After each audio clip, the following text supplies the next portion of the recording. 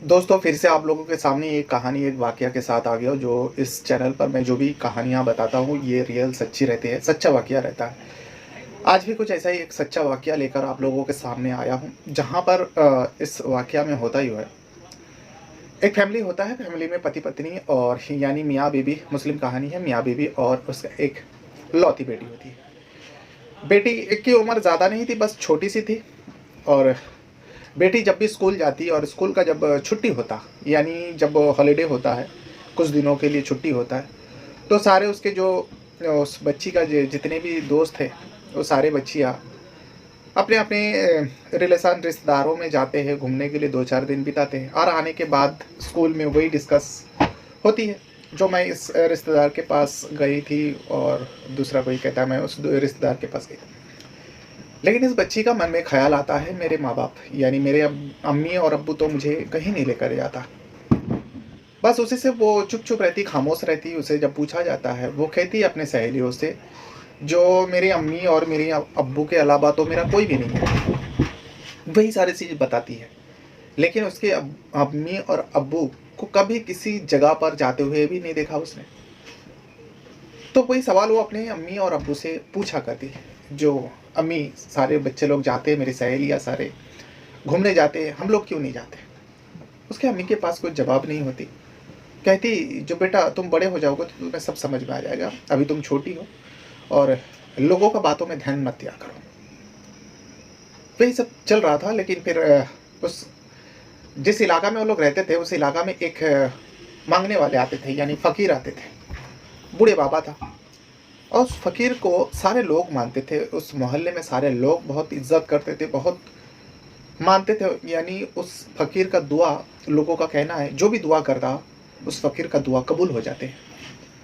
तो इसीलिए जब भी वो फ़कीर उस गली में आता, उस मोहल्ले में आता, सारे लोग कुछ ना कुछ उस फ़कीर को ज़रूर देता। फ़कीर दुआ करते, जो जैसा देता उस हिसाब से वो दुआ करते और चल देते। वैसे ही इसकी इस लड़की की माँ, तो मैं आपको बता दूँ इस लड़की का नाम है फ़रीदा। फ़रीदा का माँ भी दौड़ते हुए आती है और आने के बाद उस फ़कीर को कुछ ना कुछ देती है। था तो ये परिवार गरीब, लेकिन उसकी माँ कुछ ना कुछ ज़रूर देती, बचा कर रखते। जैसे ही वो फ़कीर बाबा आएंगे तो उनके हाथ में कुछ ना कुछ थमाएगी। ये ज़रूर बचा के रखती थी, मतलब कहीं से भी वो लाती और उसे रख देती। जो फ़कीर बाबा आएंगे मैं उनको ये दूंगी और बदले में वो दुआ देगी। और फ़कीर बाबा दुआ करते थे, जो बेटा तेरे घर में जल्दी औलाद आएगा और एक बेटा का सुख होगा तुझे, तेरे घर में बेटा पैदा होगा और वो तुझे कमा कमा कर खिलाएंगे। तेरी ज़िंदगी, तेरी बुढ़ापा वही बेटा संभालेगा। इस पर वो औरत यानी फ़रीदा के माँ बहुत खुश होती। लेकिन फ़रीदा को समझ में इतना तो आती थी, क्योंकि फ़रीदा 8 साल की हो चुकी थी और 8 साल की जब होती तो उसे थोड़ा बहुत दुनिया के बारे में पता चलता, कौन क्या है नहीं है, क्या दुआ है क्या बद्दुआ है, वो सारी चीज़ उसे पता होती। फ़रीदा को लगता था ये बाबा, ये फ़कीर बाबा जो है ऐसे ही कुछ बोल देते हैं, ऐसे ही कह देता। क्यों कहता? क्योंकि फ़रीदा का जो अब्बू है उसका साल भर पहले इंतकाल हो चुका था। तभी भी उसकी माँ, फ़रीदा की जो माँ है, वो फ़कीर बाबा आते, उनको कुछ देता, बदले में वो फ़कीर बाबा दुआ करते। तभी से उस फ़रीदा को लगने लगा ये बाबा ऐसे ही दुआ देते हैं, इनकी दुआ में कोई असर नहीं है। बस वो छोटी सी थी, मनी मन में वही सोचती थी। देखते देखते समय बीता, दिन बीता, साल बीता। अब फ़रीदा 15 साल की हो चुकी थी। जब फ़रीदा 15 साल की हो गई तब फ़रीदा जो है जवान हो चुकी थी। मतलब एकदम औरतों जैसे उसके अंदर सब कुछ आ गया था। उसके चेहरा, उसके शरीर का बनावट, कोई भी देखेगा कहेगा ये एक औरत बन गई है, मतलब एक औरत जैसी है। था वो 15 साल की लड़की, तभी भी वो पढ़ाई करती। एक मरतब हुआ यूँ, जब घर के अंदर थे दोनों माँ बेटे, मतलब घर के अंदर कुछ बातें कर रहे थे। बस फरीदा को मोहल्ले में बहुत कुछ सुनाई दिया था। उस बारे में वो अपनी माँ से बातचीत कर ही रही थी, तभी जो है दरवाजा में एक लड़का दस्तक देता है और अपनी माँ को, उस लड़का ने फरीदा के माँ को कहा, जो खाला जल्दी हमारे घर चलिए, जल्दी मेरे घर चलिए, मेरे माँ की तबीयत ख़राब है मेरी माँ आपको बुला रही है। अब शाम हो चुका था। तभी फरीदा की माँ जो है फरीदा को कहती है, बेटा तो इस घर से मत बाहर निकलना, अंधेरा हो चुका है, बस मैं तेरे खाला का वहां से होके आती हूँ। फरीदा की माँ चली जाती है उस लड़के के साथ। अब फरीदा जो है घर पर अकेला हो जाती है। उस घर में जो फरीदा लोगों का घर थी, दो कमरा बना हुआ था।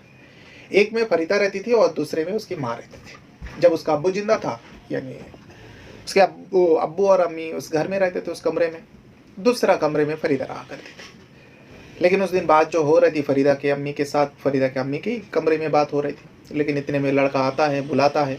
फरीदा के माँ जो है उस लड़का के साथ चली जाती है और कह के जाती है, बेटा तू अपने कमरे में जाकर सो जाना, बाहर मत निकलना, दरवाजा बंद कर ले।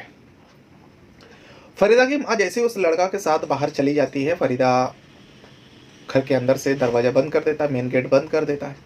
बंद करने के बाद वो उसका माँ के कमरे में ही चली जाती है। वो अपने कमरे में नहीं जाती है जब तक माँ अम्मी नहीं आती है। मैं अम्मी के कमरे में रहती हूँ। अब कुछ समय जाने के बाद फरीदा के जो है अब नींद आने लगी। तभी जो है वो बैठे बैठे कुछ सोचते सोचते, कुछ पढ़ते पढ़ते अपनी माँ के बेड पर ही लेट जाती है। बस लेटना था कि उसकी ज़िंदगी का सबसे बड़ा गलती थी उस कमरे में सोना। क्योंकि जैसे ही थोड़ा सा उसका आँख लगी और उसे एहसास हुआ उसकी अम्मी की नाम लेकर उस कमरे के अंदर कोई है जो उसे बुला रही थी। अब वो इतने में वो कुछ समझ नहीं पाती, उसका आँख खुल जाती है, लेकिन वो कमरे के चारों तरफ नज़र दौड़ाते उसे कुछ दिखाई नहीं देता। वो डर जाती है। तभी जो है फिर से एक आवाज़ आती है, मर्दाना आवाज़ आती है और उसके माँ का नाम लेकर कहती है, तुम हो क्या कमरे में? अब इसे साफ साफ सुनाई दे रहा था। चलो वो तो थोड़ा नींद में था, लेटी हुई थी और आँख भी लगी थी, तब उसे सुनाई दिया था। लेकिन ये तो अब जगी थी, बैठ गई थी। तब उसे जब ये सुनाई देता है वो फौरन उस कमरे से बाहर चली जाती है और दरवाजा बंद कर देती है बाहर से। दौड़ते हुए वो अपने कमरे में जाती है और हाँफ रही थी, यानी उसे डर लग चुका था। थोड़ी देर में उसकी अम्मी आती है। उसकी अम्मी को सारे वाकया बताती है, जो माँ अम्मी ऐसा ऐसा लगा है। उसकी अम्मी ने कहा, नहीं बेटा तेरा बहन है, ऐसा कैसा हो सकता है, मैं सालों से इस कमरे में अकेली रह रही हूँ। फरीदा कहती, नहीं अम्मी, कोई तो मर्द है जो इस कमरे के अंदर आवाज़ लगा रही। फरीदा बहुत डरी हुई थी। तो फरीदा की माँ कहती, अच्छा चल ठीक है, मेरे साथ चल कमरे में, मैं देखती हूँ। लेकिन फरीदा कमरे के अंदर नहीं जा रही थी, फरीदा बाहर ही खड़ी थी। फरीदा की जो अम्मी है वो कमरे में जाती है और जाने के बाद 2 मिनट में फरीदा को आवाज़ लगाती है, फरीदा डर मत बेटा, तू अंदर आ, तू इतनी बड़ी हो चुकी है, तेरी उम्र 15 साल है, तू अभी भी ऐसी बातों से डरती है, देख कमरे में कोई नहीं है। फरीदा डरते डरते उस कमरे में जाती है। जाने के बाद नज़रें दौड़ाते तो देखते हैं कि वाकई कमरे में कोई नहीं है। फरीदा को लगा था कमरे में कोई है, इसीलिए वो दरवाज़ा बाहर से बंद कर दिया था। उसकी अम्मी आने के बाद दरवाज़ा खोला, अंदर जाके चेक किया, फिर फरीदा को आवाज़ लगाया। फरीदा कमरे में जाती है और जाने के बाद देखती है वाकई कमरे में कोई नहीं है। फिर फरीदा को समझाती है, बेटा ये तेरा बहन है। फरीदा चलो उस दिन तो कैसे भी रात बीता। दूसरे ही दिन सुबह अब उसे जाना था स्कूल, कॉलेज कर रही थी उस वक्त, कॉलेज जाना था। कॉलेज का सहेली भी उसी मोहल्ले के एक लड़की थी, दोनों जा रहे थे।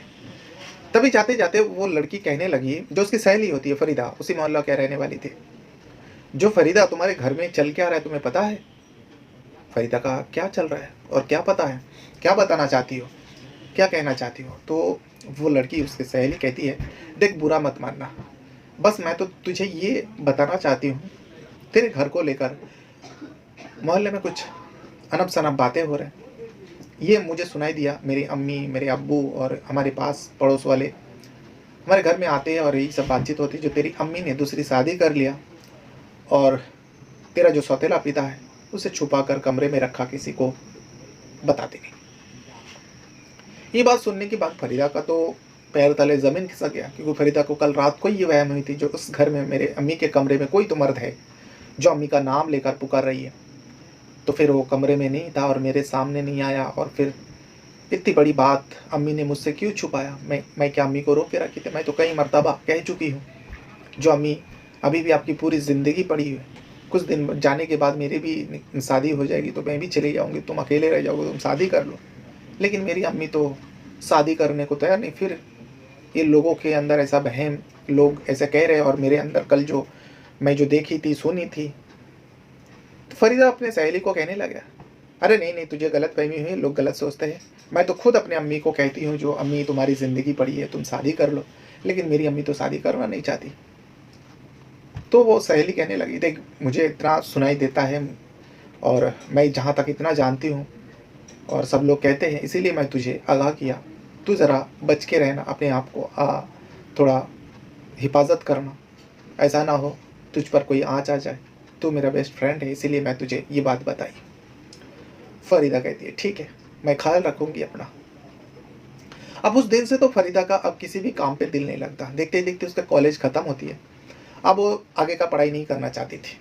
फरीदा की अम्मी तो चाहती थी ये और आगे पढ़े, लेकिन फरीदा पढ़ाई करना नहीं चाहती थी। वजह जो थी, फरीदा के अब्बू की जब इंतकाल हो गया तब उसकी उम्र 8 साल थी और फरीदा की माँ जो है, फरीदा की अम्मी जो है, लोगों के घर घर में जाकर काम करती थी। ये फरीदा को अच्छा नहीं लगता था। इसी वजह से फरीदा अपने माँ की तकलीफ़ को देखते हुए फरीदा ने ठाना, जो मैं अब आगे का पढ़ाई नहीं करूँगी, बस मैं अब कुछ काम काज करूँगी। इतने में वो एक जो प्राइवेट हॉस्पिटल होता है वहाँ पर जाके काम करने लगती है। अब उस प्राइवेट हॉस्पिटल में जाके वो अपना नौकरी के बारे में वहाँ पे बातचीत करती है। वहाँ पे उसको रख लिया जाता है। प्राइवेट है तो ज़्यादा डिग्री की ज़रूरत नहीं है, बस थोड़ा बहुत आ जाए समझ में, रख लेते हैं ऐसे। कम पगार में, कम सैलरी में रख ही लेते हैं। और ऐसी लड़की, ऐसे लड़कों की ज़रूरत है जो नए नए स्कूल कॉलेज से बाहर निकले। तो ऐसे ही वो एक नर्सों में काम लगा लेती है, उसी में काम करने लगती है। तो एक दिन जब वो काम से लौट कर आ रही थी तो देखा कि उसकी अम्मी एक बहुत बड़े घर में, रास्ते में ही पड़ता है, बहुत बड़ा घर है, धनी व्यक्ति का घर है, उस घर में जाते हुए उसको देखा। फरीदा को शक हुआ, माँ तो इस घर में काम करती नहीं है, माँ इस घर में क्यों जा रही है। अब दूर थी, दूर से उसने देखा तो उसकी अम्मी को वो आवाज़ लगाई, लेकिन उसकी अम्मी सुनी नहीं। तब तक वो उसके पास पहुँचते फरीदा की अम्मी जो है उस घर के अंदर चली जाती है। अब फरीदा भी तेज कदमों से उस घर के अंदर चली जाती है। जब घर के अंदर जाती है तो देखता है कि आलीशान महल है। तो अपने अम्मी को ढूंढने के लिए वो नज़र दौड़ाते इधर उधर देखने लगती है। तभी जो है कुछ लोग कहते हैं, नौकर चाकर है, जो आपको किससे मिलना है। इस लड़की को पूछा जाता है, फरीदा से पूछा जाता है, आपको किससे मिलना है। तो फरीदा ने कहा, अभी एक औरत आई है, मैं उस औरत की बेटी हूँ, वो मेरी अम्मी है। तो वॉचमैन कहने लगा, जो वहाँ पे नौकर चाकर है, वो कहने लगा, आओ तो कमरे के अंदर चली गई और अब नहीं जा सकते हो, आप बाहर ही इंतज़ार करो, नहीं तो यहीं बैठ जाओ। अब वो नौकर से बातचीत करते हुए फरीदा की अम्मी जो है कमरे से देख लेती है, फ़ौरन कमरे से बाहर आती है और फरीदा को हाथ खींचते हुए उस घर के बाहर आ जाती है, महल के बाहर आ जाती है और कहती है, अरे फरीदा, तू यहाँ पे कैसे आई और तू मेरा पीछा करते हुए आई है, तू मुझ पर शक कर रही है। कुछ दिनों से मैं देख रहा हूँ तेरा सवाल जवाब, और तू आज तो हद कर दिया, तू मेरा पीछा करते हुए यहाँ तक आ गई। तब फरीदा कहने लगी, अम्मी बात ऐसी नहीं है, मैं आपको आवाज़ लगाई, मैं आपको रास्ते में देखी तो मैंने आपको आवाज़ लगाई, आपने सुना नहीं। फिर मैंने सोचा, मैंने तो अम्मी को काम पे जाने के लिए मना किया, फिर मेरे पीठ पीछे अम्मी इस महल में क्या करने आई हो, इसीलिए मैं आपको आवाज़ लगा, आपने जब सुनी नहीं तो आपके पीछे पीछे आ गया। आप यहाँ पे क्या करने आई हो। क्योंकि फरीदा के मन में सवाल उठने लगे थे और उसके सहेली का कहना, उसका जो वहम, घर के अंदर किसी मर्द का आवाज़ सुनना, उसको बेचैन कर रही थी दिन ब दिन। और फिर एक माँ को इस तरीके से एक महल में घुसते हुए देखना, इसीलिए फरीदा अपनी माँ से सवाल करने लगी, जो अम्मी, मैं तो आपको काम करने के लिए मना किया हूँ, फिर आप इस महल में क्या करने आई हो। फरीदा का अम्मी कहती है, तुझे सब बात मैं बताऊँगी।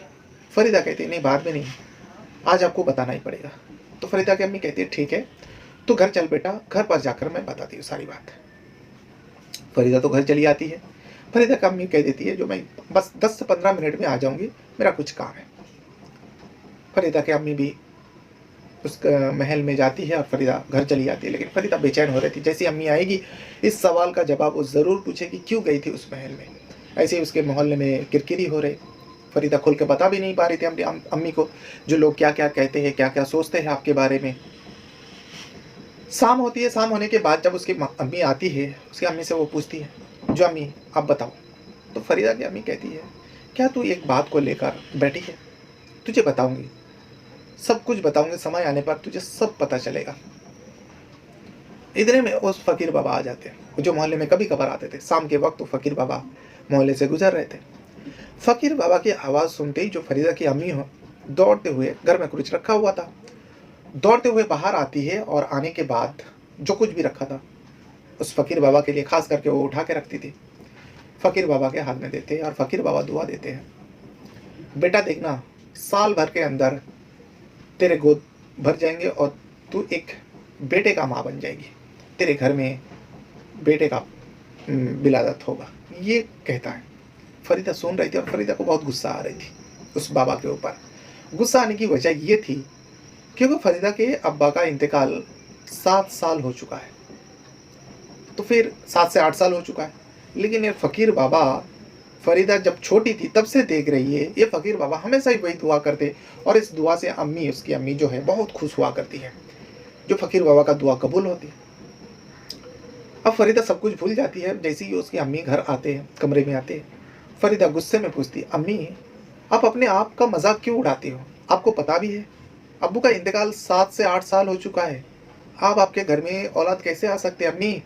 इसीलिए मैं कहती हूँ, आपको बेटे का इतना ही शौक है, आप दूसरा निकाह कर लीजिए। लेकिन आप तो शादी भी नहीं करना चाहती हो और ऊपर से फ़कीर बाबा का दुआ सुन के खुश होते हैं। वो फ़कीर बाबा जो है वैसे ही ढोंगी हैं, लोगों को बेवकूफ़ बनाते हैं। लेकिन इस बात को सुनने के बाद फ़रीदा की अम्मी जो है बहुत गुस्सा होती है और कहती है, बेटा तू ये कैसे बातें कर रही है? तू पढ़ लिख कर क्या यही सीखा है बुज़ुर्ग के बारे में ऐसा बातें करना? वो अल्लाह वाले हैं और उनकी दुआ कबूल होती है। फ़रीदा कहते हैं, अम्मी ये कैसी दुआ है, कैसे कबूल होगी? अब्बू को 8 साल हो चुका इंतकाल को और ये बाबा दुआ देता है आपके घर में बेटा पैदा होगा। तो कहाँ से पैदा होगा अम्मी? मैं अब छोटी नहीं रही, जो आप मुझे कुछ भी समझाओगे मैं समझ जाऊँगी। फ़रीदा जब ये सब सारी बातें कहती है और फ़रीदा पूछती है, आप मुझे बताओ, ये सब बातें छोड़िए, आप मुझे ये बताओ आप उस महल में क्या करने गई थी? फ़रीदा की अम्मी कहती है, तुझे हर सवाल का जवाब चाहिए तो सुन। उस महल में इसलिए गई थी, मैं उस महल में काम पहले करती थी, कुछ पैसा बाकी था। वो लोग चले गए थे, इस शहर छोड़ के दूसरे शहर में चले गए थे, तब उन लोग को अचानक जाना पड़ा। अब उन लोग आए हैं, मैं खबर सुन के गई, जो मेरा पैसा बाकी था वो मैं लेने के लिए गई थी। ये देख मेरे आंचल में पैसा बंधा हुआ है। ये बात सुनता है, फ़रीदा चुप हो जाती है। वाक़ई ऐसा हो सकता है, लेकिन फ़रीदा के मन में ऐसा लगता है, जो ऐसा तो नहीं मेरी अम्मी कुछ गलत काम करती हो और फ़कीर बाबा यहाँ दुआ देते हैं, जो तेरे घर में औलाद आएँगे, बेटा आएँगे। क्योंकि फ़रीदा को इस वजह से बहुत ज़्यादा शक हो रहा था, क्योंकि फ़रीदा की अम्मी जो है, जिस नर्सिंग होम में फ़रीदा काम करती थी, उसी नर्सिंग होम में चुप के जाया करती और अल्ट्रासाउंड कराती। यानी अल्ट्रासाउंड वो चेक कराती, उसके गर्भ में बच्चा है कि नहीं, कौन से बच्चा है। ये फ़रीदा को जो है सोने नहीं देता था। आखिर अम्मी ऐसा क्यों करती है? अगर अम्मी को भी पता है जो अब्बू का इंतकाल 8 साल हो चुका है, तो फिर अम्मी क्यों जाती है नर्सिंग होम में और अल्ट्रासाउंड क्यों कराती है? क्या अम्मी किसी के साथ? फ़रीदा के मन में ये सब ख़्याल आते हैं और फ़रीदा अपनी अम्मी के बारे में ऐसा सोच के भी फिर बाद में जब ख़्याल आता है, ये मैं कैसे सोच रहा हूँ, तौबा अस्तग़फ़ार कहते।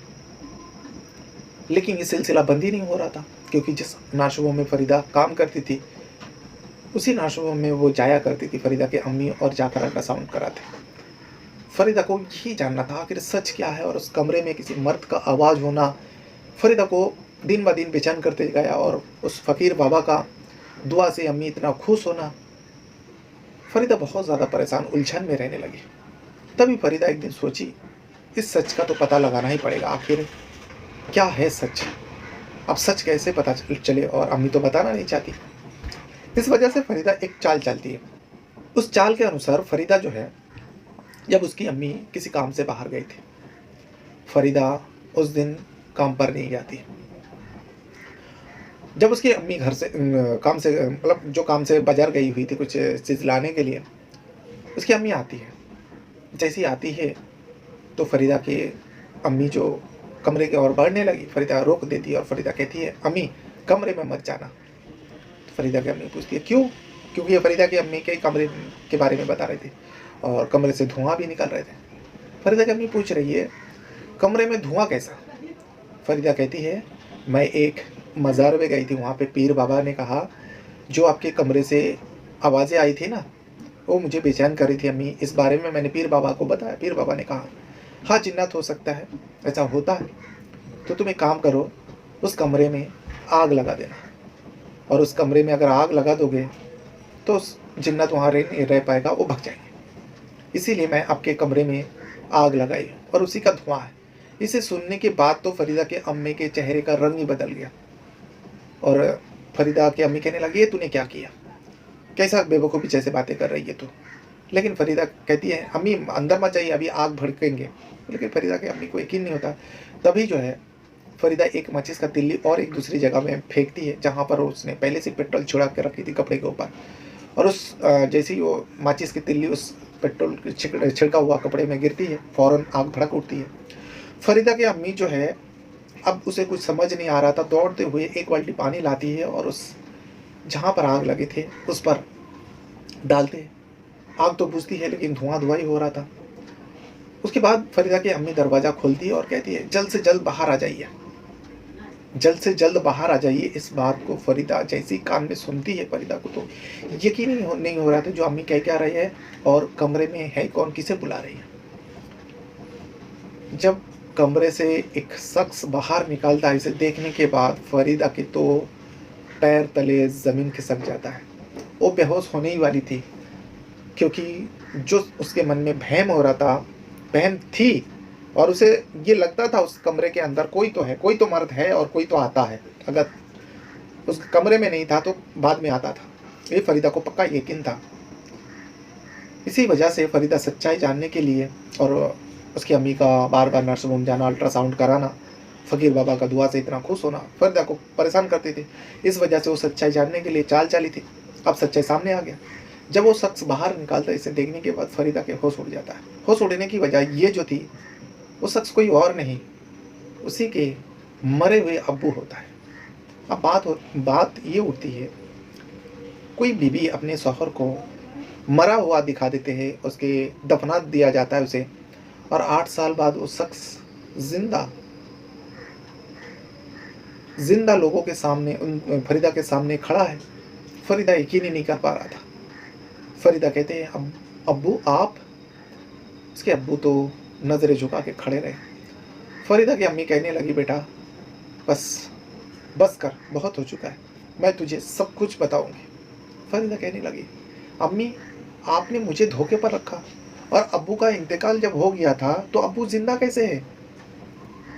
अब फरीदा के अम्मी के पास कोई जवाब नहीं था, लेकिन फरीदा के पास सवाल बहुत था। आखिर अम्मी ऐसा क्यों कर रही है? और फ़कीर बाबा के दुआ से खुश होना, घर में अपने शौहर को छुपा कर रखना, वो भी 1-2 दिन या 8 साल हो चुका है, ना जाने और कितने सालों तक अब्बू को इस तरीके से रखता। आखिर क्या था वजह? यही जानना था फरीदा को, और फरीदा के अम्मी को ही बताना था। इसीलिए उस दिन पूरी रात फरीदा की अम्मी और फरीदा के अब्बू अपनी ज़िंदगी के बारे में सब कुछ फरीदा को बता देते हैं, और उस अल्ट्रासाउंड करवाना, उसका भी सच्चाई सामने आ जाता है। फरीदा की अम्मी कहती है, बेटा हम दोनों ने, तेरी अब्बू और मैं, हम दोनों एक दूसरे को पसंद किया, लव मैरिज शादी किया। जब लव मैरिज शादी किया, तेरी अब्बू जो है बहुत बड़ा खानदान का है, बहुत पैसा वाले का बेटा था। लेकिन जब मुझ जैसे गरीब लड़की से शादी किया, तो तेरा जो दादाजी है वो बहुत सख्त थे और बहुत कड़क इंसान थे, यानी उनको ये रिश्ता पसंद नहीं आया। उन्होंने साफ साफ कह दिया, जो आज से तेरे लिए हमारे घर का दरवाज़ा बंद, यानी तेरे अब्बू को घर से निकाल दिया। तेरे अब्बू के जो भाई लोग हैं, उन लोग भी रिश्ता नाता तोड़ दिया। तभी जो है तेरे अब्बू उस घर को छोड़ने के बाद, अब छुड़वा दिया घर में रहने नहीं दिया गया, इसीलिए तेरे अब्बू मुझे लेकर दूसरे शहर चले जाते और हम लोग वहीं रहने लगते। फिर तो वहाँ पैदा होती है, लेकिन वहाँ पे खर्चा ज़्यादा था, इस वजह से तेरे अब्बू ने इस मोहल्ले में आके रहने लगते।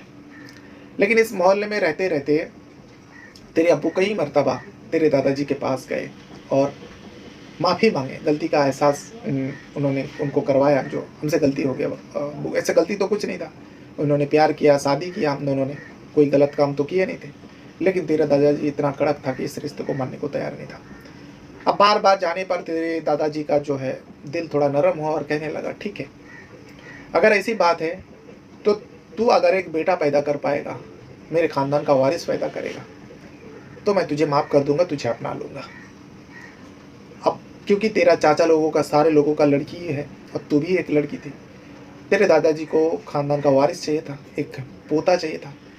तेरे दादाजी का ये शर्त था, जो अगर तुझसे अगर एक बेटा पैदा होगा तो मैं तुझे माफ़ कर दूंगा और तू मेरे घर पे आके रह सकता है। इसीलिए हम दोनों ने बेटे की चाहत में न जाने कहाँ कहाँ गए, कौन सी दरगाह पे गया, कौन से पीर बाबा नहीं है जो उनके पास गया, उनके दरगाह में जाके दुआ करना, फतिया करवाना, सारे चीज़ करता रहा।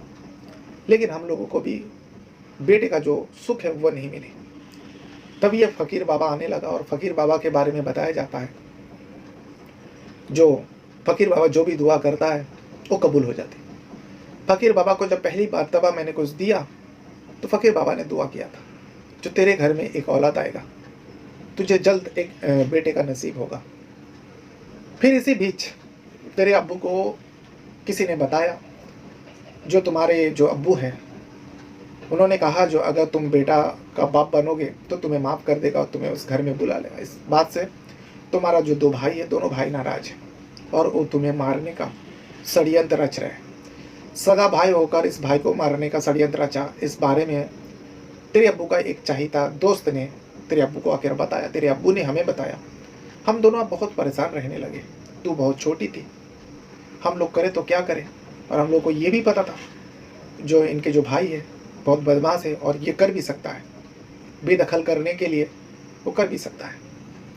इसीलिए उन लोग मारने से पहले ही हम लोगों ने एक प्लान रचा। तेरे अब्बू और मैं दोनों ने प्लान रचा। प्लान के मुताबिक तेरे अब्बू को मरा हुआ दिखाना था, जो तेरे अब्बू का इंतकाल हो गया। उस षड्यंत्र के हिसाब से तेरे अब्बू का एक दिन जब काम पर गया तो अचानक उनका इंतकाल हो जाता। फिर ये खबर भी तेरे दादाजी और तेरे चाचा लोग को दिया जाता है। मोहल्ले वाले सारे लोग को पता होता है तेरे अब्बू का जो भी करना था, यानी मैयत है थी तो फिर गुस्ल करवाना, कब्र में दफन करना, सब कुछ तैयारी के साथ हुआ। तेरे दोनों चाचा भी आए थे। तेरे दोनों चाचा आने के बाद कंधा दिया, तेरे अब्बू को लेकर कब्रिस्तान गया और दफना कर चले गए। किसी ने भी ना तुझसे बात किया, ना मुझसे बात किया, ना आगे और बात करने की कोशिश किया। लेकिन तेरे अब्बू मरा तो नहीं था, हमें पता था। इसीलिए जैसे दफना के चले गए, मैं फ़ौरन जाती हूँ, कब्र खोदती हूँ। कब्र खोदने के बाद तेरे अब्बू को बाहर निकालता हूँ। बाहर निकालने के बाद तेरे अब्बू को छुपा देता हूँ। इसी कमरे में तेरे अब्बू 8 साल से छुपा हुआ है। और हम लोग यही सोचते थे, सारे मोहल्लों को पता है, सारे लोगों को पता है तेरे अब्बू का इंतकाल हो गया। लेकिन हम लोग जानते थे तेरे अब्बू अगर ज़िंदा रहेंगे, ये खबर तेरे चाचा लोगों को पता चलेगा, तेरे अब्बू को मार देंगे। और उन लोगों का कोई कुछ नहीं कर सकता, क्योंकि उन लोग बहुत पैसा वाले हैं, रसूखदार इंसान है, उन लोगों का पहुँच बहुत है। इसीलिए तेरे अब्बू जो है छुपके से मेरे कमरे में रह रहे। और हम लोग यही सोचते हैं, जिस दिन औलाद पैदा होगा उस दिन पूरा सच्चाई सामने आ जाएगा और पूरा सच जाके तेरे दादाजी को बता देंगे। लेकिन हमारे घर में बेटा पैदा नहीं हुआ, इसीलिए तेरे अब्बू को छुप कर रहना पड़ रहा है। लेकिन हमारे पास कोई चारा नहीं बेटा, हम लोग करते तो क्या करते। ये बात सुनाती है, बेटी भी रोने लगती है। लेकिन फिर कहती है, जो अम्मी आप बार बार नर्सिंग होम जाते हो, अल्ट्रासाउंड कराते हो, क्या आपको यकीन है, आप उम्मीद से हो। तब उसकी अम्मी कहती है, फरीदा की अम्मी कहती है, बेटा वो फ़कीर बाबा आते हैं ना, फ़कीर बाबा का दुआओं में बहुत असर है वो। क्योंकि फ़कीर बाबा शाम को आए थे और कहा, जो बेटा तू जल्द बेटे का माँ बनेगी, देखना बेटा जल्दी मेरे घर में एक बेटा पैदा होगा। क्योंकि मैं आज अभी नर्सिंग होम से आई हूँ, अल्ट्रासाउंड कराया हूँ और इसमें पता चला है, मैं उम्मीद से हूँ और मेरे पेट में एक लड़का है। लेकिन इस बात को फरीदा ने कहने के लिए कहा था नर्सिंग होम में, क्योंकि उसी नर्सिंग होम में जाती थी और जो अल्ट्रासाउंड कराती है उससे फरीदा ने बात की थी। जो वो औरत है, क्योंकि फरीदा ने कभी बताया नहीं थी, जो अल्ट्रासाउंड कराने के लिए औरत आती है उसी की माँ है, वो अपने पहचान नहीं दिया था, मजाक उड़ाएगा इसीलिए वजह से, क्योंकि बार बार जाया करती थी। इसीलिए फरीदा ने उस डॉक्टर को कहा था, जो औरत जो आएगी तो उसे ऐसे झूठ मूठ बता देना, जो हाँ आपके जो पेट में है एक लड़का पल रहा है और वो जल्द आप उस बच्चे को जन्म दोगे।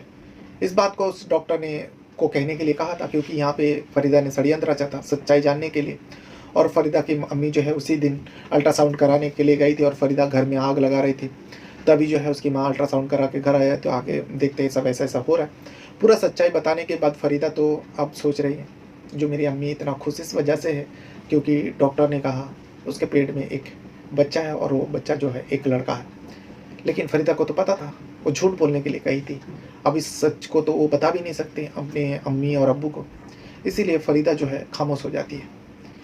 खामोश हो जाती, दूसरे दिन वो नर्सिंग में जाती है और उस डॉक्टर से कुछ कहती, उससे पहले ही वो डॉक्टर कहती है, अरे फरीदा, कल मुझे माफ़ कर देना, कल मैं ड्यूटी में नहीं आ सकी, और क्योंकि मेरा एक घर में इमरजेंसी थी और इस वजह से मैं कल ड्यूटी में नहीं आ पाई।